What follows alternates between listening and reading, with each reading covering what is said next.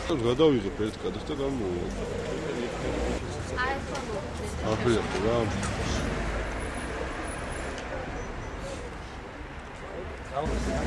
ჩატარდა დევნილ პედაგოგთა ფორუმი და ფორუმის მიზანი იყო, რომ ხელისუფლების წარმომადგენლებს მოესმინა დევნილი პედაგოგებისათვის და შესაბამისად დაწყებულიყო ზრუნვა მათი პრობლემების მოგვარებაზე. ეს არის ის პრობლემები, რომ ფაქტიურად ისინი შიმშილით სიკვდილისთვის არიან განწირულები, მათ აღარ აქვთ არანაირი კომპენსაცია, კომუნალური გადასახადების გადახდის შესაძლებლობა, აღარაფერს ვლაპარაკობთ მათ პროფესიის დაკარგვის საშიშროებაზე, რომლის წინაშეც ისინი დგანან. ოქტომბრის თვეში მოარული ხმები დადიოდა იმის შესახებ, რომ დევნილ პედაგოგებს მოგეხსნებოდა დაფინანსება.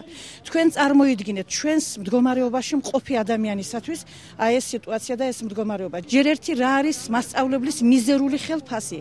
მერე ამით სულდგმულობდით და დღეს ესეც ისპობა.